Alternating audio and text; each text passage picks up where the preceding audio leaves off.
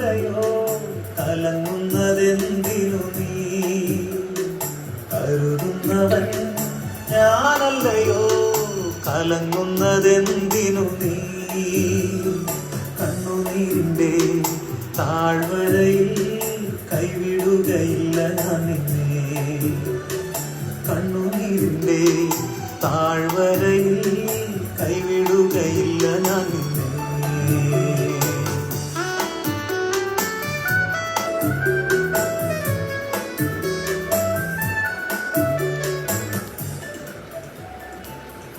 ഉൽപ്പത്തി പുസ്തകം 22-ാം അധ്യായം. വേദപുസ്തകം വായിക്കുകയും പഠിക്കുകയും വിശ്വസിക്കുകയും ചെയ്യുന്ന ഏതൊരു ദൈവ പൈതലിനെ സംബന്ധിച്ചും അക്ഷരാർത്ഥത്തിൽ വളരെ ചിന്തനീയമായ ഒരു അധ്യായമാണ്. 75 വയസ്സ് പ്രായമുള്ളപ്പോൾ ദൈവം അബ്രഹാം സാറായി ദമ്പതികൾക്ക് തൻ്റെ ഏകജാതനായ മകൻ ഇസ്ഹാക്കിനെ നൽകുന്നതിനെ സംബന്ധിച്ചുള്ള വാഗ്ദത്തം നൽകി. ആ 75 വർഷത്തിൽ നൽകപ്പെട്ട ആ വാഗ്ദത്തം നിവൃത്തിയാകുവാൻ 25 വർഷം കൂടി അബ്രഹാം ദൈവസന്നിധിയിൽ കാത്ത് ഇരിക്കേണ്ടതായി വന്നു. 25 വർഷത്തിനു ശേഷം ദൈവം 100-ാം വയസ്സിൽ വാഗ്ദത്ത സന്തതിയായിരിക്കുന്ന ഇസ്ഹാക്കിനെ അബ്രഹാമിന് നൽകി. അവനെ ഒരു ബാലകനായി വളർന്നു കഴിഞ്ഞപ്പോൾ ദൈവം അതേ അബ്രഹാമിനോട് പറഞ്ഞു, നിന്റെ മകനെ, നിന്റെ ഏകജാതനായ മകനെ ഇസ്ഹാക്കിനെ തന്നെ നീ കൂട്ടിക്കൊണ്ട് നീ മോറിയ മലയിൽ ചെന്ന് അവിടെ യഹോവയ്ക്ക് അവനെ യാഗം കഴിക്കുക. ലോകത്തിലൊരു പിതാവിനും ഒരിക്കലും സ്വീകരിക്കാൻ കഴിയാത്ത ഒരു വലിയ വെല്ലുവിളിയാണ് സ്വർഗത്തിലെ ദൈവം അബ്രഹാമിന് നൽകിയത്. എന്നാൽ വാർദ്ധക്യത്തിൻ്റെ ആ പ്രത്യേകമായ അവസ്ഥയിൽ മൃതപ്രായമായ തൻ്റെ ജീവസെല്ലിൽ ജീവൻ ഉൽപ്പാദിതമാക്കി 75 വർഷത്തിൽ നൽകിയ വാഗ്ദത്തം 100-ാമത്തെ വയസ്സിൽ നിവർത്തിക്കുവാൻ സാറായുടെ നിർജീവമായ ഗർഭാത്രത്തെ സജീവമാക്കി ഇസ്ഹാക്കിനെ ആ ഉദരത്തിൽ പേറുവാൻ ബലപ്പെടുത്തിയ ദൈവത്തിന് ഇസ്ഹാക്ക് എരിഞ്ഞ് അമരുന്ന ചണ്ടിക്കൂമ്പാരത്തിൽ നിന്ന് അവനെ മടക്കി വരുത്തുവാൻ കഴിയുമെന്ന് ആശയ്ക്ക് വിരോധമായി ആശയോടെ അബ്രഹാം വിശ്വസിച്ചു. അങ്ങനെ വിശ്വസിച്ച ആ ദൈവം അബ്രഹാമിനെ കരുതുന്ന ദൈവമായി.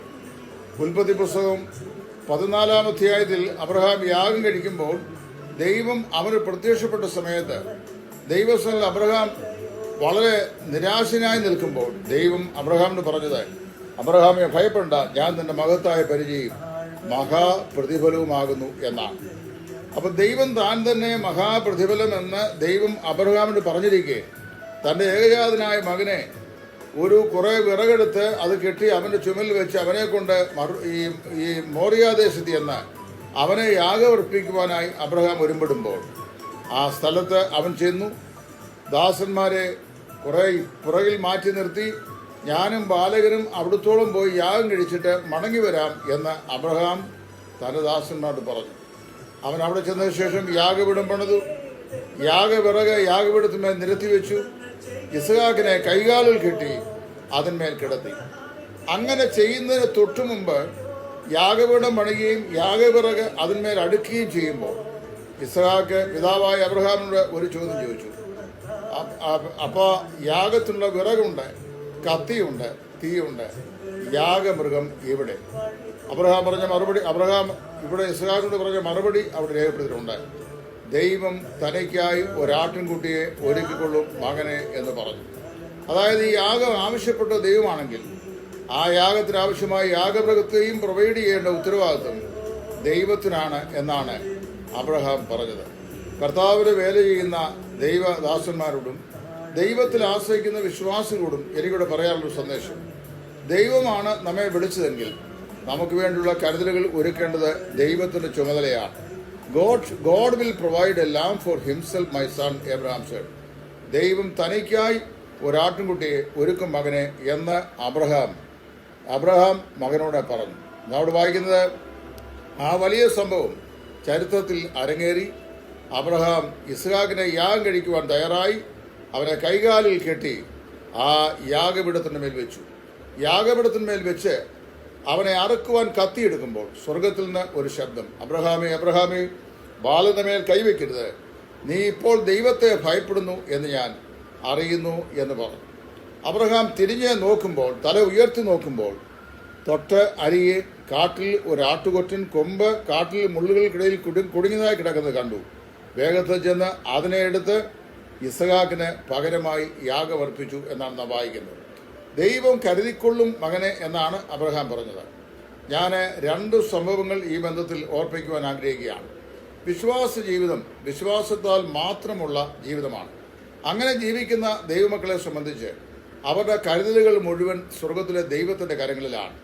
മനുഷ്യരിൽ ആശ്രയിക്കുന്നതിനേക്കാൾ യഹോവയിൽ ആശ്രയിക്കുന്നത്, പ്രഭുക്കന്മാരിൽ ആശ്രയിക്കുന്നതിനേക്കാൾ എൻ്റെ ദൈവമായ യഹോവയിൽ ആശ്രയിക്കുന്നത് എനിക്ക് ഏറെ നല്ലത് എന്നാണ് സങ്കീർത്തനക്കാരൻ പറഞ്ഞത്. നമ്മുടെ ജീവിതയാത്രയിൽ ചില വേളയെങ്കിലും നമ്മൾ മനുഷ്യനെ നോക്കുകയോ മനുഷ്യരിലേക്ക് നോക്കുകയോ നമ്മുടെ കണ്ണുകൾ ഒരു പക്ഷെങ്കിലും മനുഷ്യ സഹായങ്ങളിലേക്ക് നോക്കിക്കൊണ്ടിരിക്കുകയോ ഒക്കെ ചെയ്യും. അതൊക്കെ താൽക്കാലികമാണ്. എന്നാൽ ഒരു വസ്തുത ഞാൻ ഓർപ്പിക്കാൻ ആഗ്രഹിക്കുകയാണ്. നമ്മുടെ സഹായപരിത പർവ്വതം എല്ലായ്പ്പോഴും സ്വർഗത്തിൽ നിന്നാണ്. കഴിഞ്ഞ 2 ആഴ്ചകൾക്ക് മുമ്പ് വടക്കേ ഇന്ത്യയിൽ കർത്താവിന് വില ചെയ്യുന്ന ഒരു സഹോദരിയുടെ സാക്ഷ്യം ഞാൻ കേട്ടു. ആ പ്രിയപ്പെട്ട സഹോദരി ഒരു പാസ്റ്ററുടെ മകളാണ്. അവൾ ഹിന്ദി പ്രദേശത്താണ് ജനിച്ച് വളർന്നത്. ഒരു ദൈവദാസനായ പാസ്റ്റർ, അദ്ദേഹം ഒരു സർക്കാർ ജോലി ഉണ്ടായിരുന്നിട്ട് ആ ജോലി റിസൈൻ ചെയ്ത് കർത്താവിൻ്റെ വിലയ്ക്ക് വേണ്ടി തീക്ഷ്ണതയോടെ അധ്വാനിച്ച് വർക്ക് ചെയ്ത് വടക്കേണ്ടിയിൽ ഒരു സുന്ദരമായ സഭയുണ്ടാക്കിയ ആളാണ്. അദ്ദേഹത്തിൻ്റെ മകളാണ്. ആ പെൺകുട്ടിയെ മിക്കവാറും ഈ സോഷ്യൽ മീഡിയയിൽ എല്ലാവർക്കും അറിയാവുന്ന ഒരാളാണ്. എൻ്റെയും ഫ്രണ്ടാണ്. അവളൊരു സാക്ഷ്യം പറഞ്ഞു. ആ സാക്ഷി എന്നെ വളരെ ചിന്തിപ്പിച്ചു. ആ സാക്ഷി ഇങ്ങനെയായിരുന്നു.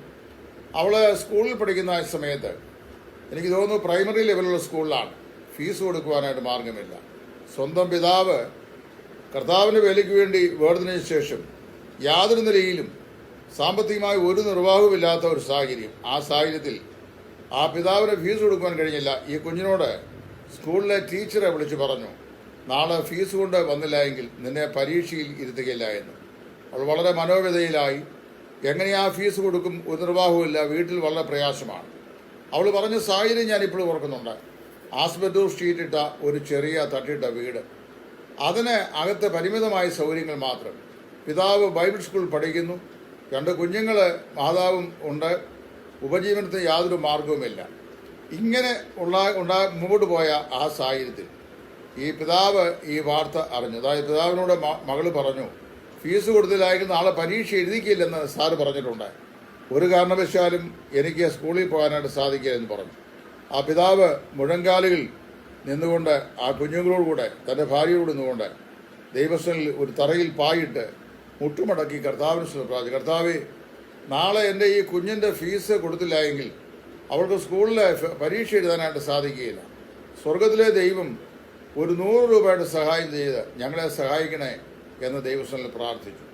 അവൾ പറഞ്ഞ വാർത്ത ഇങ്ങനെയാണ്. ഈ പ്രാർത്ഥിച്ചുകൊണ്ടിരിക്കുന്ന സമയത്ത് ഈ കൊച്ചു കുഞ്ഞെ നോക്കിയപ്പോൾ അവരെ മുട്ടുകുത്തി പ്രാർത്ഥിക്കുന്ന ആ മുറിയുടെ ഭിത്തിയുടെ മുകളിൽ തട്ടിൻ്റെ അടുത്തൂടെ ആസ്ബറ്റോ ഷീറ്റിൻ്റെ ഇടയ്ക്കുള്ള വിടലൂടെ ഒരു ചുണ്ടലി, ഒരു നോട്ട് കയ്യിൽ പിടിച്ചുകൊണ്ട്, അത് വായിൽ കടിച്ചു പിടിച്ചുകൊണ്ട് അതിലെ പാസ് ചെയ്തു.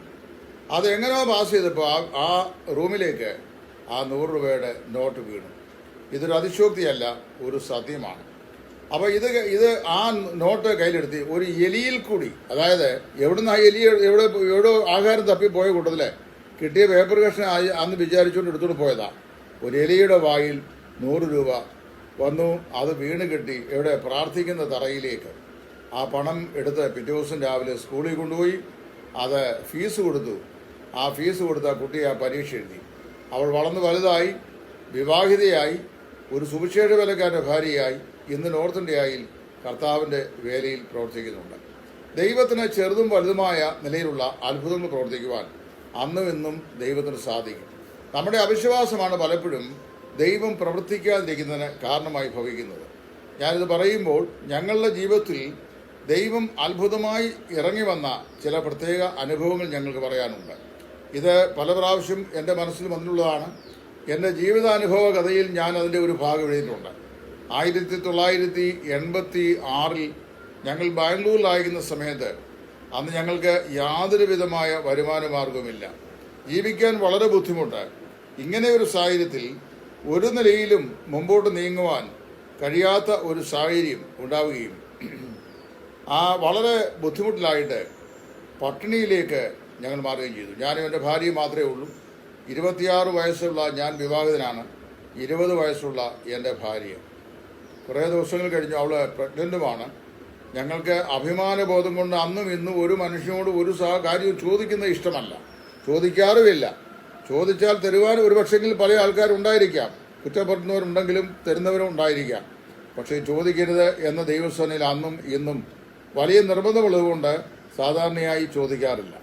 ആരെങ്കിലും സ്വമേധയാ വല്ലതും തന്നാൽ വാങ്ങി സന്തോഷത്തോടെ അത് ഉപയോഗിക്കാറുണ്ട് എന്നുള്ളത് സത്യമാണ്. പണത്തോട് യാതൊരു അറ്റാച്ച്മെൻറ്റും ഇതുവരെയും ജീവിതത്തിൽ ഉണ്ടായിട്ടില്ല. ശിഷ്ടമുള്ള ആയുസ് ഉണ്ടാകാൻ ആഗ്രഹിക്കുന്നുമില്ല. ഇങ്ങനെ ഞങ്ങൾ നിരന്തരമായി 8 ദിവസങ്ങൾ പട്ടിണി കിടന്നു.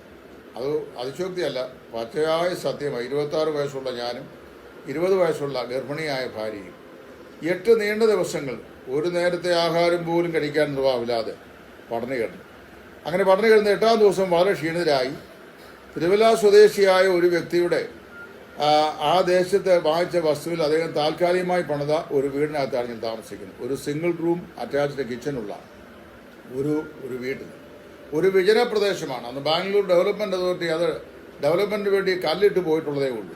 അങ്ങിങ്ങായി വിവിധ സ്ഥലങ്ങളിലായി ചിലപ്പോൾ കണ്ണെത്തും ദൂരത്ത് 1-2 ചെറിയ ഷെഡുകൾ പോലെ വീടുകളുണ്ട്. താമസിക്കുന്ന വീടിൻ്റെ ജസ്റ്റ് ഓപ്പോസിറ്റ് ഒരു ശവക്കോട്ടയാണ്. വിജനമായൊരു പ്രദേശം. അവിടെ ഒറ്റയ്ക്കാണ് ഞാൻ കഴിയുന്നത്. അങ്ങനെ കഴിഞ്ഞു വരുമ്പോൾ ഈ വീടിൻ്റെ വളരെ പരിക്ഷീണിതരായി ഗർഭിണിയായ ഭാര്യയും കൊണ്ട് ഞാൻ ഈ വീടിൻ്റെ ടെറസിൻ്റെ മുകളിൽ കയറി 4 മണിയായ സമയത്ത് അതിൻ്റെ മുകളിൽ ഒരു ചെയർ വിട്ട് പ്ലാസ്റ്റിക് ചെയർ വിട്ട് ഞങ്ങളിങ്ങനെ വർത്തമാനം കൊണ്ടിരിക്കുകയാണ്. കണ്ടെത്താ ദൂരത്ത് മുന്തിരിത്തോപ്പ് ധാരാളമായി ആ പ്രദേശങ്ങളിലുണ്ട്. അപ്പോൾ അവിടെ ഇരിക്കുമ്പോൾ ഞാൻ ഇങ്ങനെ എൻ്റെ വൈഫിനോട് പറഞ്ഞു, അതായത് എൻ്റെ ആ പ്രത്യേകമായ സാഹചര്യം ഞാൻ പറഞ്ഞു, ഏലിയാവിൻ്റെ കാലത്ത് കെരീത്തിൽ ആഹാബിനെ ഭയന്ന്, അല്ലെങ്കിൽ ആഹാബിൻ്റെ ഇസ്രവേലിൻ്റെ ഭീഷണിയെ ഭയന്ന് ദൈവദാസനായ ഏലിയാവിനെ ഒളിച്ചിരിക്കുവാൻ ദൈവം ഒരുക്കിയ ഒളിസങ്കേതമാണ് കെരീത്ത്. ആ കെരീത്തിലേക്ക് പ്രവാചകനെ പറഞ്ഞയച്ചിട്ട് ദൈവം പറഞ്ഞു, നീ കെരീത്തിൽ പോയി നിന്നെ തന്നെ അവിടെ ഒളിച്ചിരിക്കാം. ഞാൻ കാക്കകളോട് നിന്നെ പുലർത്തുവാനായി കൽപ്പിച്ചിട്ടുണ്ട്. കെരീത്തിലെ വെള്ളവും നീ കുടിച്ചു കൊള്ളുക എന്ന് പറഞ്ഞു. അങ്ങനെ പറയുന്ന സമയത്താണ് അവന് അവിടെ പോയി ആ കെരീത്തിലെ തോട്ടിൽ പോയി വെള്ളം കുടിക്കുവാൻ തയ്യാറായി. അവിടെ ഒളിച്ചിരിക്കുകയാണ്. അവിടെ ഒളിച്ചിരിക്കുന്ന സമയത്താണ് കൃത്യമായി കാക്ക കൊണ്ടുവന്ന് അവൻ അപ്പവും ഇറച്ചിയും കൊടുക്കും. കെരീത്തിലെ വെള്ളം അവൻ കുടിക്കുകയും ചെയ്യും. അങ്ങനെ മുമ്പോട്ട് പോകുന്ന ദിവസങ്ങളിൽ ദൈവം സുഭിക്ഷമായി ഏലിയാവിനെ നടത്തി. അപ്പോൾ ഞാൻ എൻ്റെ മനസ്സിൽ ഇങ്ങനെ പറഞ്ഞു, ഏലിയാവിന് കാക്കയിൽ അപ്പം കൊടുക്കാൻ കഴിയുന്ന ദൈവത്തിന് ഈ മുന്തിരിത്തോട്ടത്തിൽ നിന്ന് 4-5 മുന്തിരിങ്ങ ഞങ്ങളുടെ ഈ വിശപ്പിന് വേണ്ടി ഒരു കാക്കയെ കൊണ്ട് തരാനായിട്ട് സാധിക്കത്തില്ലേ എന്ന് ചോദിച്ചു. 1986 ഡിസംബർ മാസത്തിലാണ് ഈ സംഭവം. ഞാനിങ്ങനെ സംസാരിച്ചുകൊണ്ടിരിക്കുമ്പോൾ അക്ഷരാർത്ഥത്തിൽ സംഭവിച്ചത് എന്നെയും കേൾക്കുന്ന നിങ്ങളെയും ഞെട്ടിപ്പിക്കും. ഞാൻ പറയുന്ന അതിശോക്തിയാണെന്നൊരു പക്ഷേ നിങ്ങൾ ചിന്തിക്കുമായിരിക്കും. എന്നാൽ ഇത് അതിശോക്തി അല്ല, സത്യമാണ്, പരമാർത്ഥമാണ്. ഞങ്ങളിരിക്കുന്ന സ്ഥലത്തൂടെ ഒരു കാക്ക പറന്നുപോയി. അതിൻ്റെ ചുണ്ടിൽ നിന്ന് ഒരു മുന്തിരിക്കൊലയിൽ ഒരു 8-10 മുന്തിരിങ്ങ ഉണ്ട്. അത് ഞങ്ങൾ ഇരിക്കുന്ന ചെയറിൻ്റെ തൊട്ട് സമീപം ആ കാക്ക എറിഞ്ഞിട്ട് പോയി. അപ്പോൾ എനിക്ക് വാസ്തവത്തിൽ ഒരു കാര്യമാണ്, ഞങ്ങൾ ആ മുന്തിരിങ്ങ എടുത്ത് തിന്നു. വളരെ സന്തോഷമായി. പിറ്റേ ദിവസം ഒരു സഹോദരൻ ഞങ്ങളുടെ വീട്ടിൽ യാദൃച്ഛിക വന്നു. ഞങ്ങളുടെ ക്ഷീണാവസ്ഥ കണ്ട് അദ്ദേഹം ഞങ്ങളെ കൂട്ടിക്കൊണ്ട് തൻ്റെ വീട്ടിലേക്ക് പോവുകയാണ് ചെയ്തത്. ഞങ്ങൾ ആ സംഭവം ഇന്നലെ എന്ന പോലെ ഇപ്പോൾ ഓർക്കുന്നുണ്ട്. അപ്പോൾ ഏലിയാവിന് കാക്കയെ കൊണ്ട് അപ്പം ഇറച്ചിയും കൊടുക്കാൻ കഴിഞ്ഞ ദൈവത്തിന് ഒരു കാക്കയുടെ ചൂണ്ടിൽ ഞങ്ങൾക്ക് ഒരു 5-8 മുന്തിരിപ്പഴം കൊണ്ടുവന്ന് ഞങ്ങൾ ഇരിക്കുന്ന സ്ഥലത്ത് എറിഞ്ഞു തരാൻ 3000 വർഷങ്ങളുടെ ചരിത്രത്തിൻ്റെ അന്തർധാരത്തിലും സാധിക്കും എന്ന് അന്ന് ഞങ്ങൾ മനസ്സിലാക്കി. ഈ പ്രിയപ്പെട്ട സഹോദരി പറഞ്ഞ സാക്ഷ്യം ഞങ്ങൾ കേട്ടപ്പോൾ ആ സാക്ഷ്യത്തിൽ അവൾ പറഞ്ഞത് ഒരു എലിയുടെ വായിൽ ഒരു 100 രൂപ നോട്ട്. നമുക്കൊരു പക്ഷെങ്കിൽ അത് അതിശയോക്തിയായിട്ട് തോന്നും. ദൈവം ഇന്നും അങ്ങനെയൊക്കെ പ്രവർത്തിക്കുന്നുണ്ട്. നീ മറ്റൊരു കാര്യം കൂടെ ഞാൻ പറയാം. കരുതുന്നവൻ ഞാനല്ലയോ, കലങ്ങുന്നത് എന്തിനു നീ എന്ന ഒരു പാട്ടുകാരൻ പാടിയ പാട്ടാണ് ഇതിൻ്റെ ബാക്ക്ഗ്രൗണ്ടിൽ ഞാനിപ്പോൾ പ്ലേ ചെയ്തുകൊണ്ടിരിക്കുന്നത്. ദൈവം നമുക്ക് വേണ്ടി കരുതുന്ന ദൈവമാണ്. നമ്മുടെ കരുതലുകൾ എങ്ങനെയാണെന്നറിയാമോ?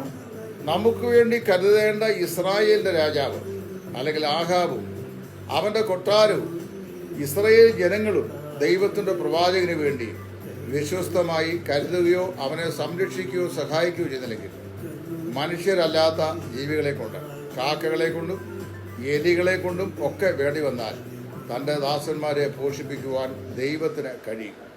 വേർപെട്ട വിശ്വാസികൾ ചെയ്യേണ്ട സഹായങ്ങൾ വേർപാടുകാർ ചെയ്യാതിരുന്നാൽ വേർപാടുകാരല്ലാത്ത ആളുകളെ കൊണ്ട് നമ്മുടെ ആവശ്യങ്ങളിൽ സഹായിച്ച് നമ്മളെ പട്ടിണിയില്ലാതെ മുമ്പോട്ട് കൊണ്ടുപോകാൻ പ്രതിജ്ഞാബദ്ധനാണ് നമ്മളെ വിളിച്ച ദൈവം. ആ ദൈവത്തെയാണ് കരുതുന്ന ദൈവം എന്ന് വിശുദ്ധ വേദപുസ്തകം പറയുന്നു.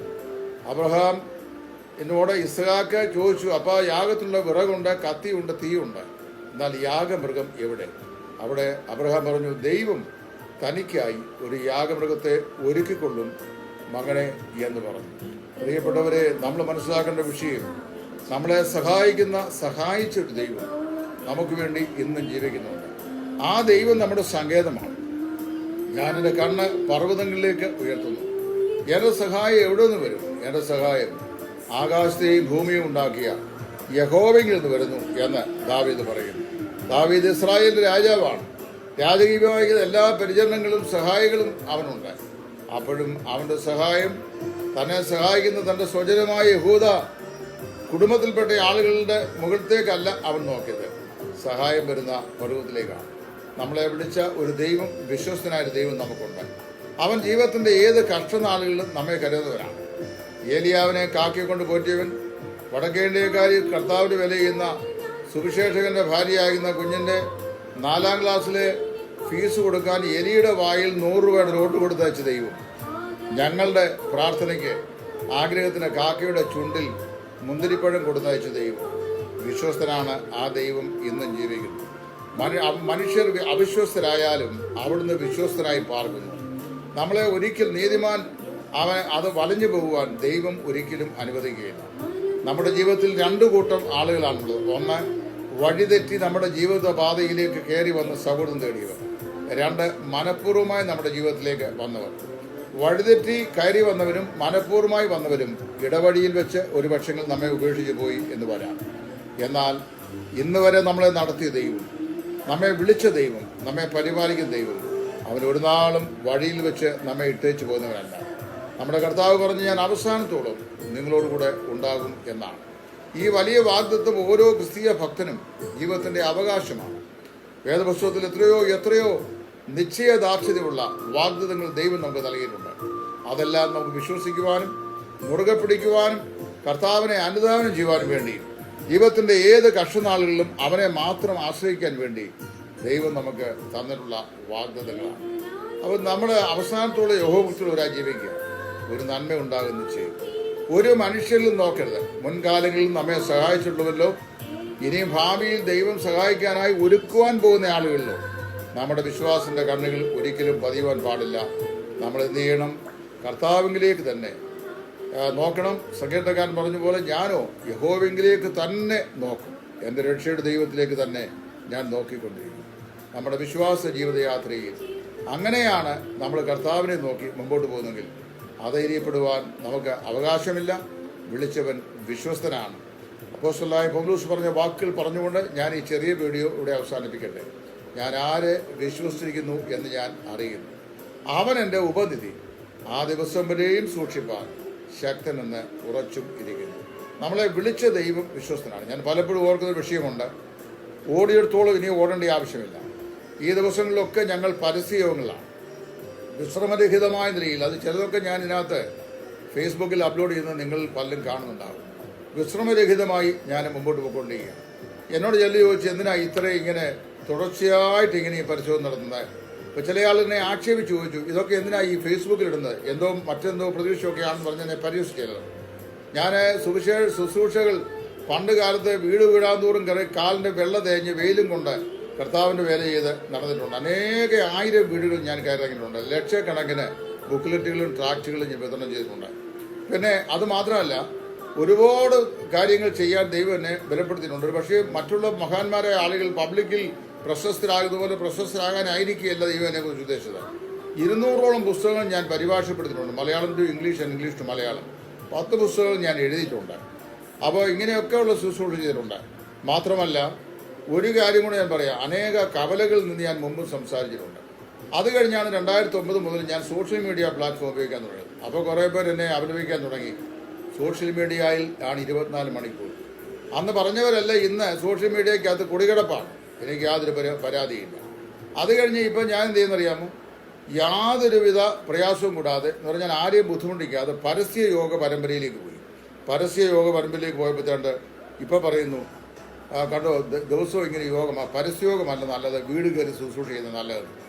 ഒരു പ്രാവശ്യം വന്ന് ഞങ്ങളുടെ കൂടെ ഒരു ശുശ്രൂഷയ്ക്ക് ഞങ്ങളോട് കവല നിൽക്കാൻ മനസ്സില്ലാത്തവരോ അതിനെക്കുറിച്ച് താല്പര്യമില്ലാത്തവരോ അല്ലെങ്കിൽ അങ്ങനെ ചിന്തിക്കാത്തവരോ അല്ലെങ്കിൽ അതിൻ്റെ പേരിൽ ₹1 സഹായം ചെയ്യാത്തവരോ ആണ് ഈ അഭിപ്രായങ്ങൾ പറയുന്നത്. എഴുതിയിടാൻ നാണമില്ലെന്ന് ഞാൻ ചിന്തിച്ചു പോകും.